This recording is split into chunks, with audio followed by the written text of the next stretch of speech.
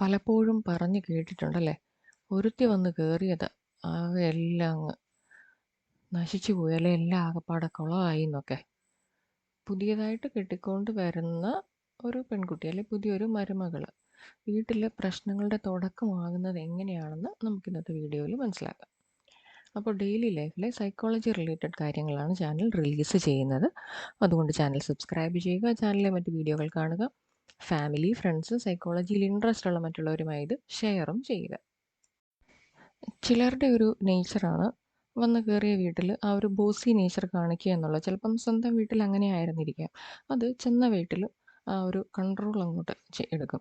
അയ്യോ, ഇവിടെ ഇങ്ങനെയാണോ കസേര ഇടുന്നത്, ഇതിങ്ങനെയല്ല വെക്കേണ്ടത്, അതങ്ങനെയാണ് ചെയ്യേണ്ടത്, അയ്യോ സാമ്പാർ ഇങ്ങനെയല്ല വെക്കേണ്ടത്, മറ്റേ രീതിയിലാണ് വെക്കേണ്ടത്, നിങ്ങളൊക്കെ ഈ ഡ്രസ്സ് ഇങ്ങനെയാണോ ഇടുന്നത്, അങ്ങനെയാണോ ഇടുന്നത്, ഇതൊരു കളർ സെൻസ് ഇല്ലേ, അതാണോ ഇതാണോ, അങ്ങനെ എല്ലാ കാര്യത്തിനും ഒരു അഭിപ്രായം പറഞ്ഞ് ഒരു മോശമായിട്ട് ചിത്രീകരിച്ച് ഒരു കൺട്രോൾ ഏറ്റെടുക്കും. അത് ഇതിങ്ങനല്ല, ഇതിങ്ങനെ ചെയ്താൽ മതി, ഞാൻ പറയണ പോലെ കേൾക്കണം എന്നുള്ളൊരു രീതിയിലേക്കൊക്കെ വരുന്നത് ആ വീട്ടിലുള്ളവർക്ക് ബുദ്ധിമുട്ടുണ്ടാക്കുന്ന ഒരു കാര്യമായിരിക്കും.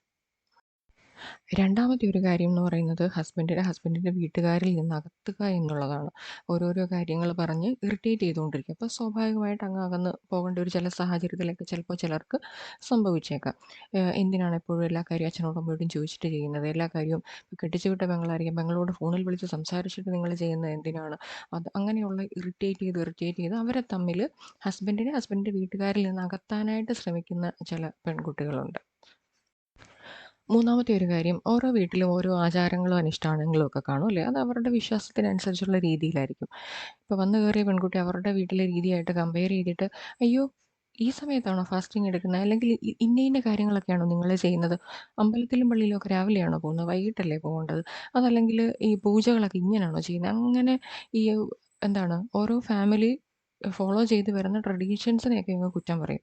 അതൊക്കെ ആ വീട്ടിലുള്ളവർക്ക് ഇഷ്ടമാകുന്ന കാര്യമാണ് ഒരിക്കലുമല്ല. അപ്പം അങ്ങനെയുള്ള ചില പെൺകുട്ടികളുണ്ട്. പിന്നെ ചില പെൺകുട്ടികളുടെ ഒരു രീതിയാണ് ഇച്ചിരി കൊതി നുണയൊക്കെ പറയുക എന്നുള്ളത്. അങ്ങോട്ടും ഇങ്ങോട്ടും ചെറിയ നുണകളൊക്കെ അങ്ങോട്ടും ഇങ്ങോട്ടൊക്കെ പറഞ്ഞു കൊടുത്ത് വീട്ടിലുള്ളവരെയൊക്കെ അങ്ങോട്ടും ഇങ്ങോട്ടും അങ്ങ് തെറ്റിക്കും.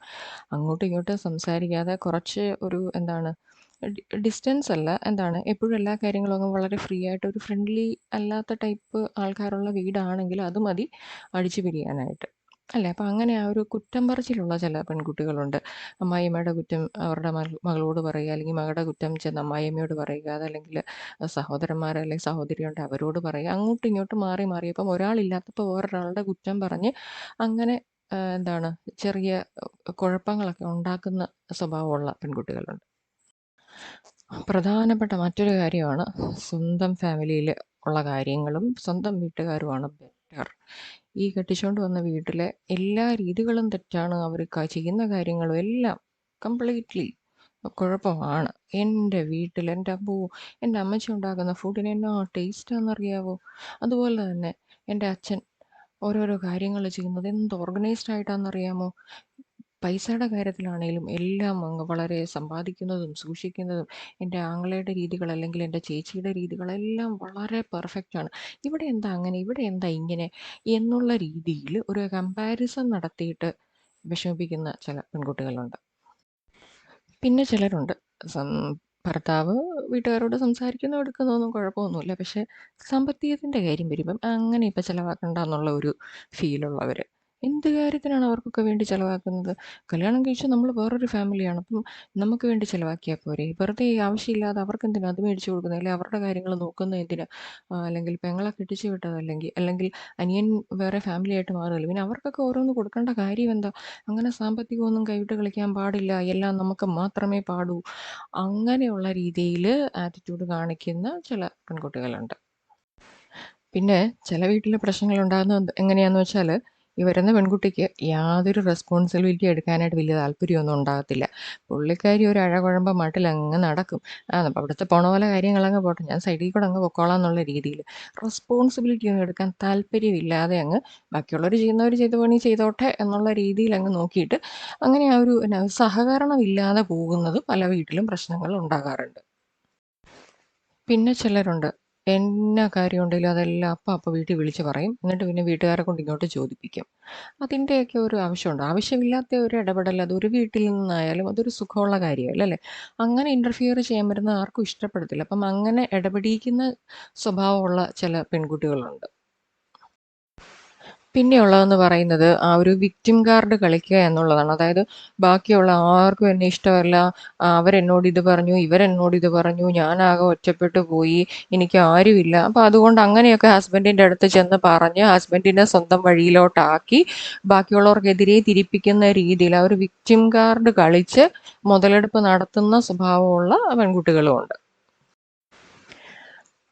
കല്യാണം കഴിച്ച് വന്ന വീട്ടില് ഇല്ലാത്ത പ്രശ്നങ്ങളൊക്കെ ഉണ്ടാക്കി, ഇല്ലാത്ത ഡ്രാമയും എല്ലാം കാണിച്ച് അവസാനം ഒരു സോഷ്യൽ മീഡിയ ഡ്രാമ കാണിക്കുന്ന ചില മനുഷ്യരുണ്ട്.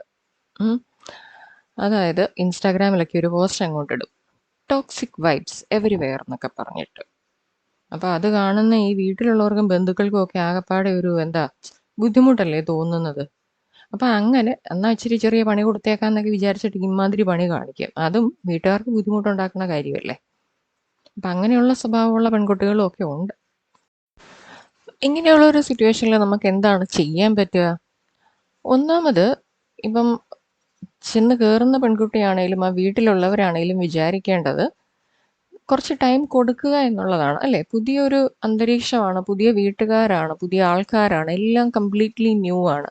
അങ്ങനെയുള്ള ഒരു സ്ഥലത്ത് നമുക്കൊന്ന് ആ സാഹചര്യമായിട്ട് പൊരുത്തപ്പെടാനായിട്ട് കുറച്ച് സമയം എടുക്കും. അല്ലാതെ വന്ന ഉടനെ തന്നെ എല്ലാം ചെയ്യുമെന്നോ അല്ലെങ്കിൽ ചെയ്യണമെന്നോ ഒന്നും രണ്ട് കൂട്ടരും ചിന്തിക്കാൻ പാടില്ല.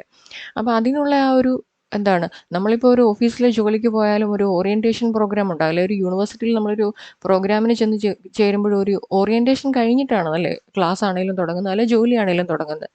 അപ്പോൾ അതുപോലെയാണ് ഒരു വീട്ടിൽ ചെന്നാലും ആ ഒരു ഓറിയന്റേഷൻ ടൈം നമ്മൾ കണക്കാക്കണം. കാരണം വീട്ടിലെ രീതികളൊക്കെ പഠിക്കാനായിട്ട് ഒരു അവസരം ഉണ്ടാക്കി കൊടുക്കണം. പിന്നെയുള്ളത് ഈ നമ്മുടെ വീട്ടിലെ ആചാരങ്ങളെയും കാര്യങ്ങളും അല്ലെങ്കിൽ വീട്ടിലെ മറ്റ് കാര്യങ്ങളെയൊക്കെ കുറ്റം പറയുകയോ എടുക്കുകയോ ഒക്കെ ആണെങ്കിൽ അതൊക്കെ ഒന്ന് പറഞ്ഞ് മനസ്സിലാക്കണം. ഇപ്പം എന്ത് കാര്യത്തിലാണെങ്കിലും ഏറ്റവും എഫക്റ്റീവ് ആയിട്ടുള്ളത് കമ്മ്യൂണിക്കേഷൻ തന്നെയാണ്. പരസ്പരം ഇരുന്ന് സംസാരിക്കാൻ പറ്റണം. അപ്പം നമ്മൾ എപ്പോഴും ഒരു കാര്യം വിചാരിക്കേണ്ടത് ഒരുമിച്ചിരുന്ന് കഴിക്കാനായിട്ട് ശ്രമിക്കുക. കഴിച്ചതിന് ശേഷം ഒരുമിച്ചിരുന്ന് എല്ലാവരും ആ വീട്ടിലുള്ള എല്ലാവരും കൂടി ഇരുന്ന് ചെറിയ ചെറിയ കൊച്ചു വർത്താനങ്ങളൊക്കെ പറയാനും അങ്ങനെ വരുമ്പോൾ ആ ഒരു ഫ്രണ്ട്ലി അറ്റ്മോസ്ഫിയർ വരും. അപ്പം നമുക്ക് സീരിയസ് ആയിട്ടുള്ളൊരു മാറ്റർ ആണെങ്കിലും മറ്റൊരാളെ പറഞ്ഞ് മനസ്സിലാക്കാനും കാര്യങ്ങൾ ബോധിപ്പിക്കാനും ഉള്ള ഒരു സാഹചര്യം അങ്ങനെയുള്ളിടത്ത് ഉണ്ടാകും. അപ്പോൾ അതിനൊക്കെ നമ്മൾ ശ്രമിക്കണം. പിന്നെ ഈ വീട്ടിലുള്ളവരാണെന്ന് പറഞ്ഞാലും വന്നു കയറിയ പെൺകുട്ടിയാണ് അല്ലേ, കളിയാക്കുകയോ അല്ലെങ്കിൽ മാറി നിന്ന് സംസാരിച്ച് ചിരിക്കുകയോ അങ്ങനത്തെ കുറ്റപ്പെടുത്തുകളുണ്ട്, അങ്ങനത്തെ കാര്യങ്ങളൊക്കെ ഒഴിവാക്കാനായിട്ട് ശ്രമിക്കണം. ചില പെൺകുട്ടികൾ വന്ന് കയറുമ്പോഴായിരിക്കത്തില്ല, പക്ഷെ കുറച്ച് കഴിയുമ്പോഴായിരിക്കും അവർ ഒരു റിബലായിട്ട് പ്രവർത്തിക്കുന്നത്. കാരണം ഈ വീട്ടിലുള്ളവരുടെ പ്രവൃത്തി കൊണ്ട് മാറിപ്പോയ പെൺകുട്ടികളുമുണ്ട്, സ്വഭാവം മാറിപ്പോയവർ.